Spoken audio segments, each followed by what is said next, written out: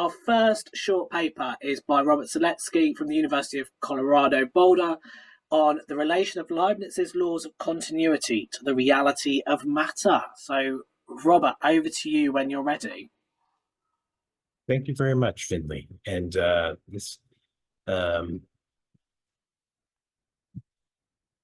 Dr. Mark Harris set a very high bar, which I will not cross. All right, so my going to discuss the relation of Leibniz's law of continuity to the reality of matter. Will be a first-year philosophy graduate student at the University of Colorado, Boulder this August. My web link's there. Just first, a brief biography, since I'm in the States. I earned a Bachelor of Arts degree in philosophy from the University of New Mexico. That's my virtual background of the alumni chapel with that Spanish influence, UNM, and graduated with honors in philosophy in 2023 while working full-time for UNM as a software project manager. I previously earned a Master of Science degree in computer science from the University of Kansas while working half-time as a computer science faculty member. And this year, I plan to continue my research in early modern philosophy as a non-traditional philosophy graduate student at the University of Colorado, Boulder. Okay. First, acknowledgements, gratitude to my University of New Mexico undergraduate honors thesis advisor, Dr. Paul Livingston, who generously provided one-time feedback for this paper in March of 2024, this a few months ago. Errors are solely mine, and this is not a perfect paper. So I'm going to first tie this into Arthur Peacock, just the 30,000-foot view. Be the first few slides here. So he said, the processes revealed by the sciences, especially evolutionary biology, are in themselves God acting as creator. And also he said, God continuously creates the world and sustains it in its general order and structure. And so just keep this in mind. I'll come back to these Arthur's these two particular quotations later in the presentation. So first, I used only one Leibniz essay translation, classic Roger Ariu and Daniel Garber's philosophical essays. Because I only know English fluently, however, I do know I need to learn Latin and then German to lead Leibniz in his original language. So still a lot of work moving forward for me. And so that gets into touch with two mistakes I've so far found because of these important books in May, just last month. The first mistake relates that what I just said, that I focus solely on the philosophical essays as the primary source for this talk, and but Leibniz's Pisidius to Palaethes, written in 1676, is his dialogue on continuity and motion, and Richard T.W. Arthur has an English translation in 2001. I won't read that, but it's on the title is The Labyrinth of the Continuum. And my second mistake is I engage only with an early 1986 Arthur secondary article about Leibniz's law of continuity for this paper. And Arthur has developed his views from the 1986 article used in my paper in 2014 with his book on Leibniz. So I know that his views have changed, but I haven't read I haven't had time to read that all. So Leibniz's law of continuity, just to get us on just recall what that is, or it's fine if you don't recall what that is. So I will discuss a version of Leibniz's law of continuity that holds all objects change gradually rather than discontinuously, I'm going to argue it's both a natural and a metaphysical law.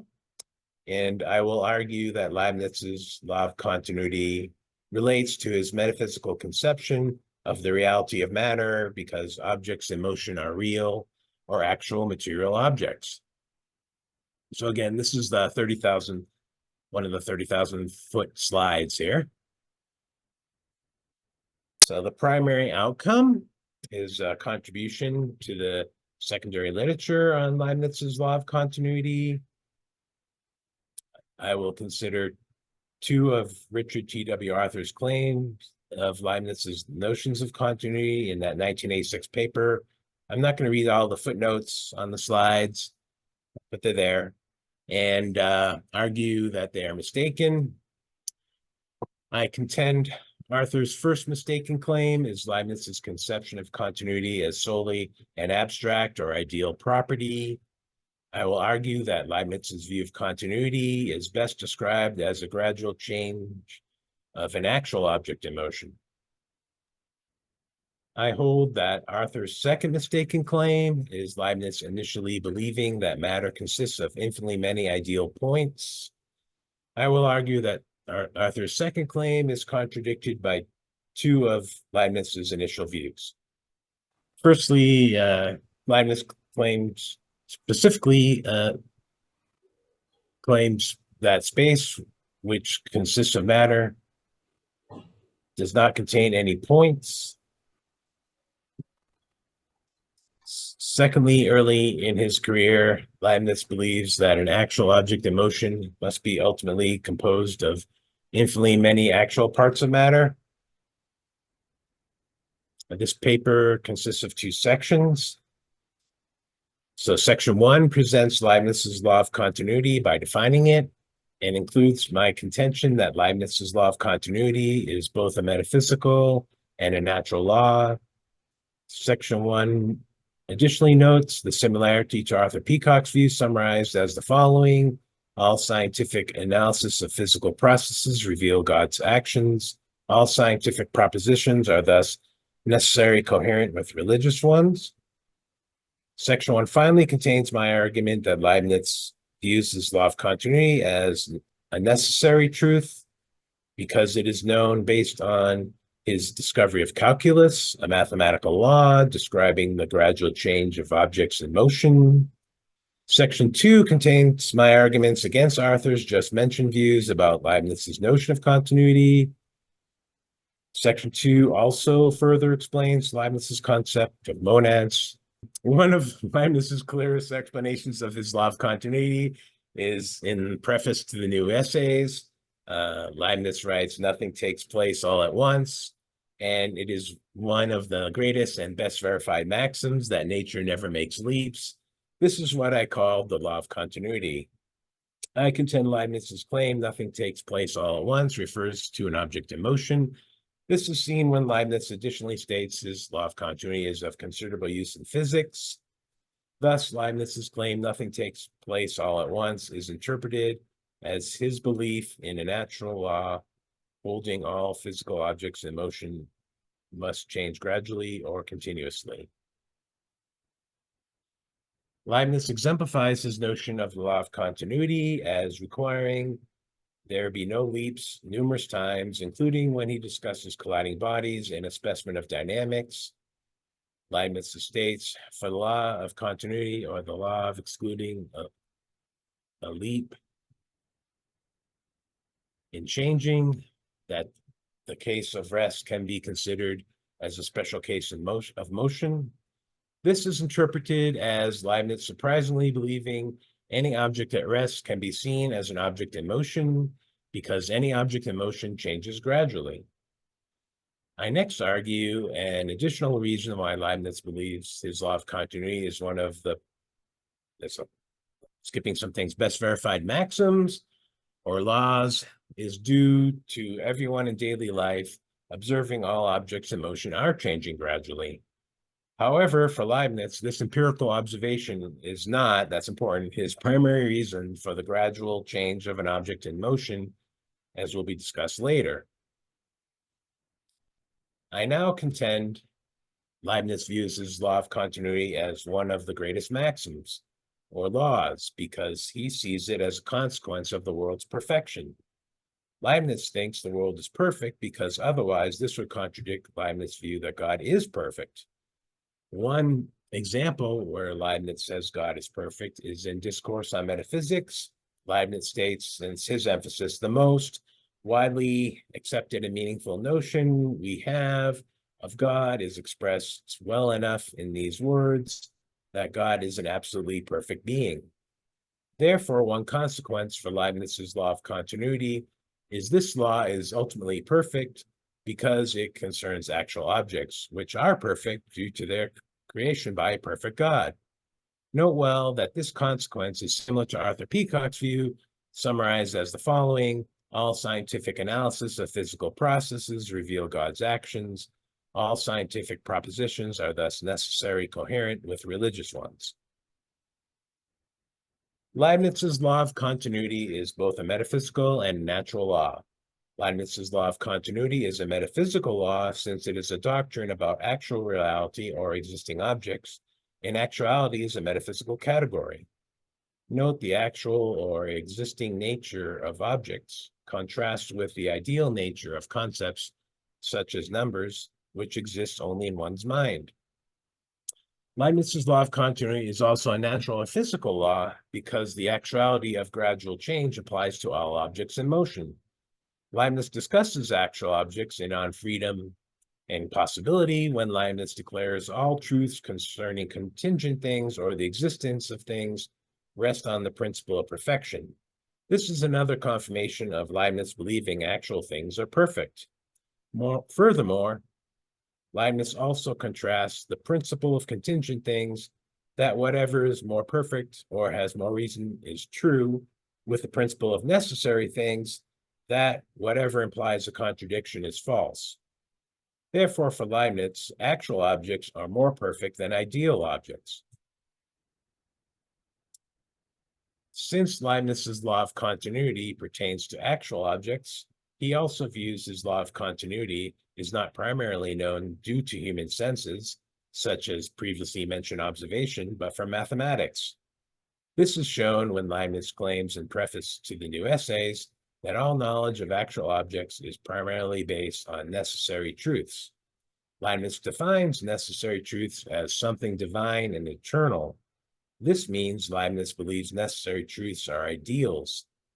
Leibniz's notion that his law of continuity is chiefly known from mathematics is confirmed when he contends necessary truths, such as we find in pure mathematics, and particularly in arithmetic and geometry, must have principles whose proof does not depend on instances nor consequently on the testimony of the senses.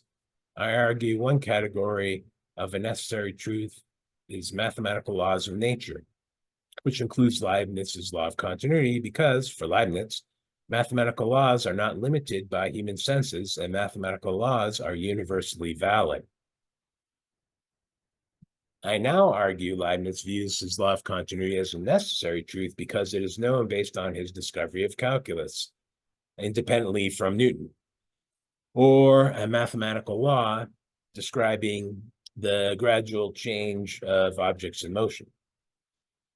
An object in motion path, as treated in calculus, is a continuous curve which conforms with Leibniz's law of continuity.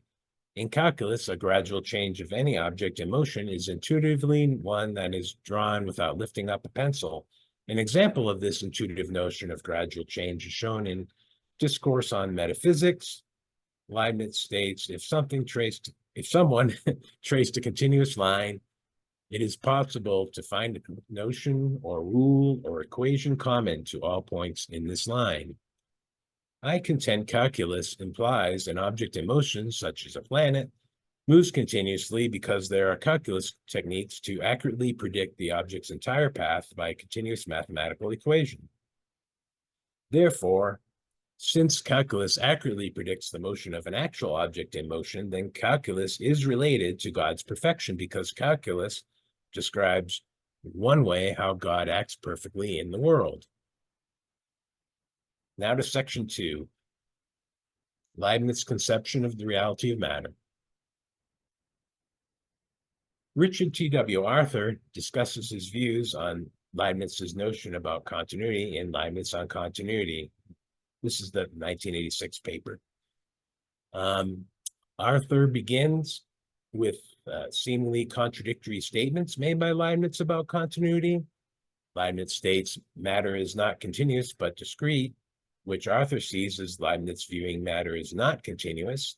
Leibniz states elsewhere that matter is actually divided to infinity, which Arthur interprets as Leibniz believing matter is continuous. Arthur claims continuity is an abstract property to resolve Leibniz's seemingly contradictory statements about continuity. Arthur equates the meaning of abstract with ideal. Furthermore, it appears Arthur's basis for his interpretation of Leibniz's notion of continuity is ideal divisibility.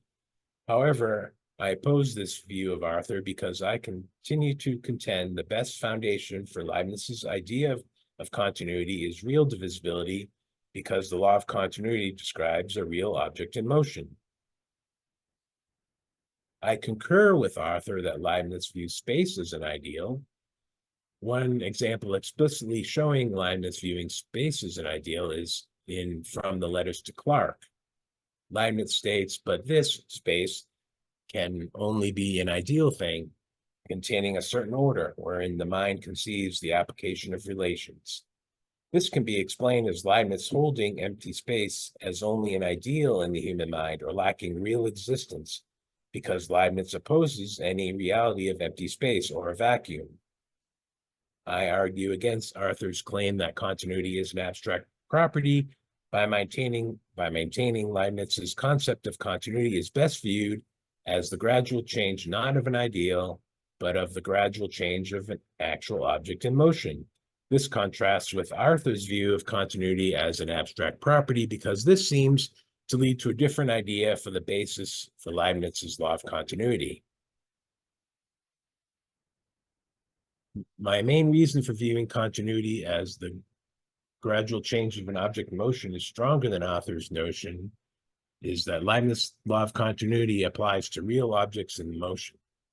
Leibniz states elsewhere that matter is actually divided to infinity, which Arthur interprets as Leibniz believing matter is continuous. I interpret Leibniz stating matter is actually divided to infinity as Leibniz believing matter is infinitely divisible into actual parts. Arthur interprets this as Leibniz thinking matter is dense. Arthur does not explicitly give a definition for dense, but Arthur implicitly defines dense as continuous.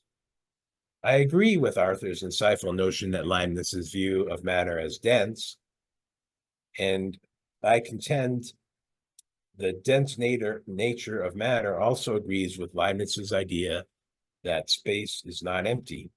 This is importantly due to Leibniz's notion that there are no gaps in any matter in the world, including space. I contend Leibniz is seemingly contradictory when talking about continuity because he views the continuum or entire space as one conceptual entity. I further contend Leibniz views objects in motion as moving continuously. My contentions are due to Leibniz viewing the continuity of space as an ideal, as discussed earlier, and viewing the continuity of objects in motion as real. Leibniz also claims there is no empty space, and space is an Aristotelian plenum. Note the Latin word plenum can be translated as full or complete. The Aristotelian plenum is Aristotle's conception of the universe, which is totally full of matter. One example where Leibniz supports the Aristotelian plenum is from the letters to Boulder. Leibniz declares each and every part of matter is, in turn, actually subdivided into different parts, something that the plenitude, i.e. the fact that all place is occupied, does not prevent. Thus, for Leibniz, because space consists of infinitely many actual parts of matter, then space is not empty. This is a crucial conclusion because Leibniz's opposition to empty space supports Leibniz's law of continuity. The key reason for this is a discontinuous or leaping behavior of an object in motion, shows the reality of some empty space, which contradicts Leibniz's opposition to empty space. Arthur next argues that Leibniz, early in his career, believes matter must be actually infinitely divided all the way down to indivisible points. That's his emphasis. Arthur also implies that these points are ideal. Therefore, Arthur's premise is Leibniz initially believing matter consists of infinitely many ideal or abstract points. Arthur interprets the physical continuum by using an analogy of Leibniz's view of an infinite series. Arthur declares, similarly, the physical continuum is also conceived by him as a distributively infinite whole rather than an infinite collection of points. The same whole can, of course, be divided in different ways. I view this as Arthur saying the physical continuum is a whole similar to an infinite series having a limit. However, in Primary Truths, Leibniz discusses the shape and motion of an atom alone. Thus, I again argue Leibniz is viewing an object in motion not in terms of infinitesimal points, but in terms of infinitesimal actual parts of matter. I dispute Arthur's view that matter consists of infinitely many ideal abstract points based on two reasons. My first reason why I disagree with Arthur's view is that this contradicts some of Leibniz's initial views that an actual object in motion must be ultimately composed of existing dense substance. One example of this is in Primary Truths. In Primary Truths, Leibniz explains an important concept. Every actual thing contains an infinite number of actual things. Leibniz's first reason for this is his view that there are no gaps in any actual thing and thus no vacuum. For example, in Primary Truths, Leibniz explicitly states and argues for there is no vacuum. Leibniz's second reason for this is, as previously mentioned, that he believes in the existence of the only substances which he calls monads, which must exist in all creation. Leibniz, in On Nature Itself, defines monads when he argues that matter is a complete substance and a monad in which there is something like perception and appetite. I interpret this as Leibniz viewing that the only true substance is alive.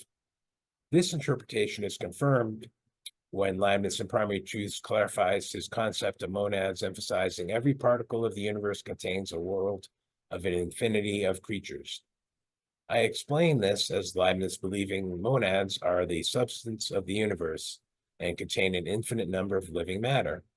Finally, for Leibniz, since monads are matter, then monads are perfect because God also creates monads. The second and primary reason why I disagree with Arthur's claim that Leibniz initially thinks matter is consisting of infinitely many ideal points is also based upon primary truths. Leibniz specifically claims the continuum or entire space does not contain any points at all. Leibniz states, however, the continuum is not divided into points, nor is it divided in all possible ways, not into points, since points are not parts, but boundaries. I interpret this as Leibniz initially believing matter does not actually contain infinitely many ideal points. Thus, this is one example where Leibniz initially thinks matter, viewed as a continuum, does not contain any points at all.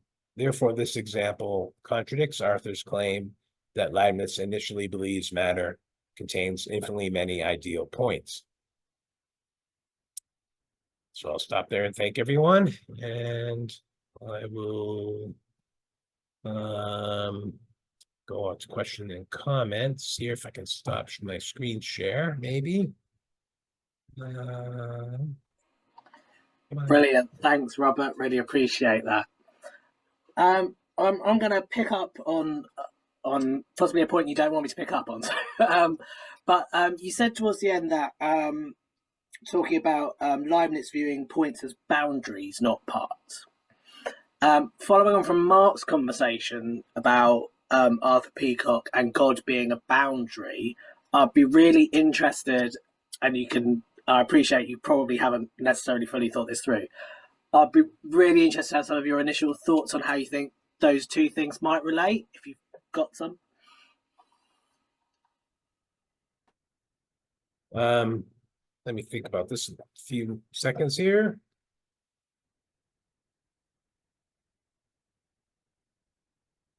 Right. I mean,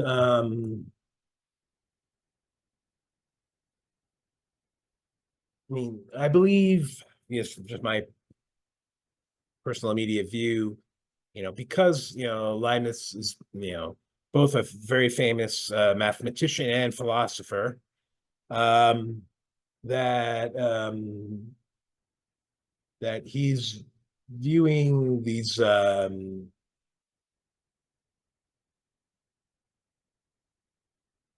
infinitesimal points in a mathematical way. So that's, I believe, why he's stating their boundaries. And so and so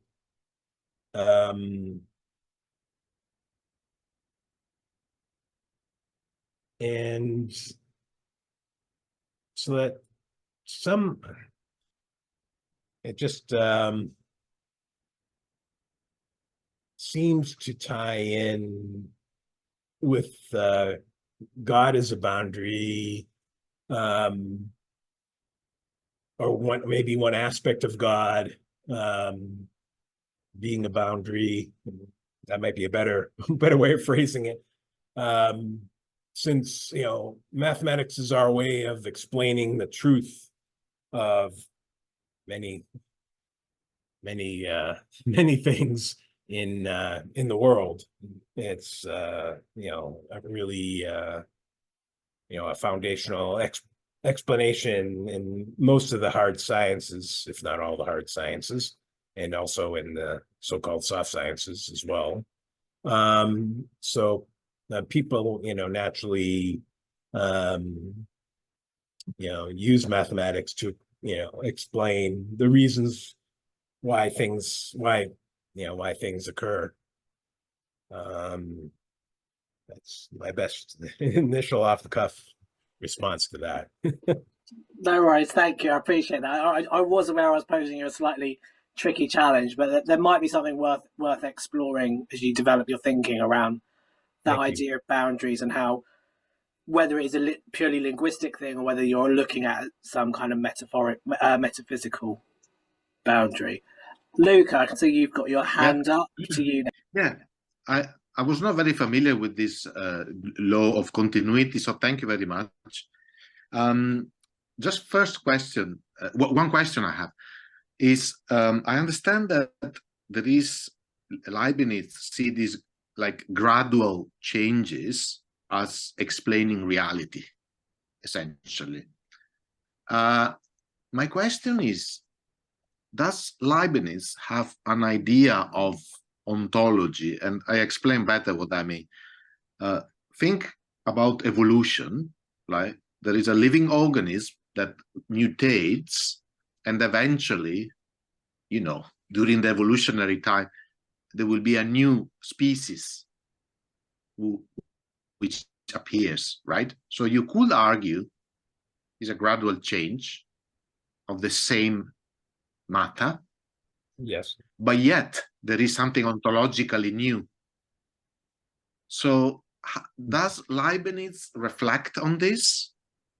I think does he have an I'm not sure about this in particular, but it seems to me that this relates to the idea that his view that he surprisingly believes that an object of rest is in motion because it gradually changes. So even though it's a new, an object at rest is, perhaps similarly viewed as, ontologically new, versus an object in motion, but he doesn't view it that way. So perhaps, you could argue similarly that way for evolution as the gradual change, even though it's something new.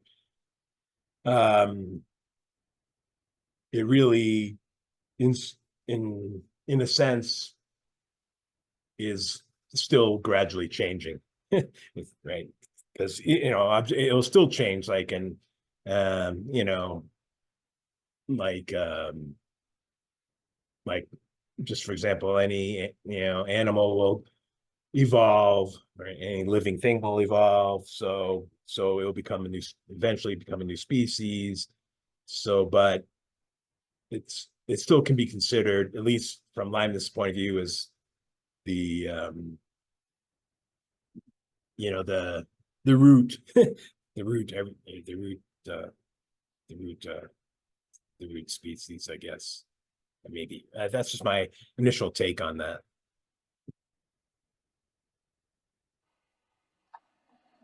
Thanks, Robert. Has anyone else got any questions for Robert? We'll give them a minute in case they're typing, Robert.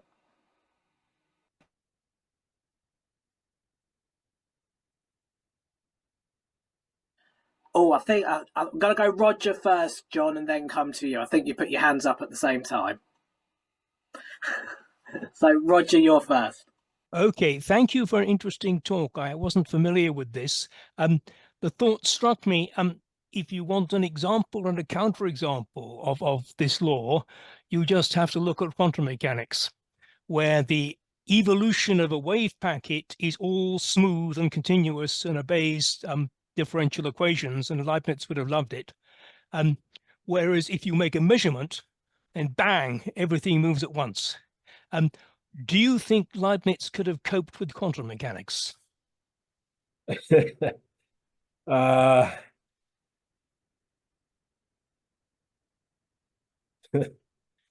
mean, yeah, I mean, it's right. It's impossible. It's impossible to say, but clearly, I mean, clearly, Leibniz is definitely, one of the known, definitely a true,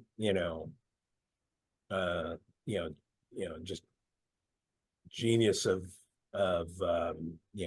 mathematics and philosophy. So I think, given his stature, I think he would be able to, but he does change his views too, Leibniz, over the course of his life. So it's just based on that. I mean, I think, with his intellectual prowess, I think he could, modify, his views to with a given, current or relatively current, state of explanation in quantum mechanics. Thank you. That wasn't a very serious question. It was a good one, Roger. It was mean, but it was good. John, hopefully your question isn't quite as mean. It's a very simple question, actually. You are talking about metaphysical principles that underline much of Leibniz's thinking, but he's often contrasted, and you referred to Newton. He's often contrasted with Newton, particularly on matters like the impossibility of the vacuum, whereas Newton's whole cosmology allows for that possibility, or that matter is infinitely divisible, which is Leibniz's position, as you pointed out, but which goes right against the grain of Newtonian mechanics. I just wondered whether at this stage you have actually studied the Clarke-Leibniz correspondence, and whether you've come to any conclusion about whether Leibniz is ever at all prepared to relinquish any of these principles which seem to fly metaphysically over on top of an empirical science. Yeah, I've only read not all of the Clarke correspondence, just some of it, which is in the philosophical essays book. So that doesn't contain like the entire correspondence. So I can't, I mean, but at least what's the little that's in here, in the book of philosophical essays about the Clark correspondence doesn't have anything that I can easily recall, to argue either way.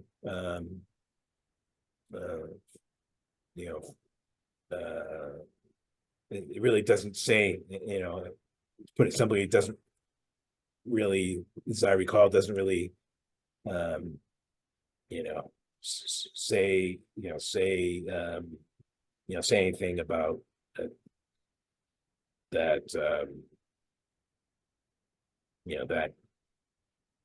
that concept. So, sorry. So I think we'll give you a virtual round of applause, Robert. Thank you very much. I think a lot to think about, and particularly thinking about those complex relationships around how exactly are we defining matter. I think is a really good place for us to all contemplate as we move into for the rest of the conference. So thank you. We really appreciate your thoughts.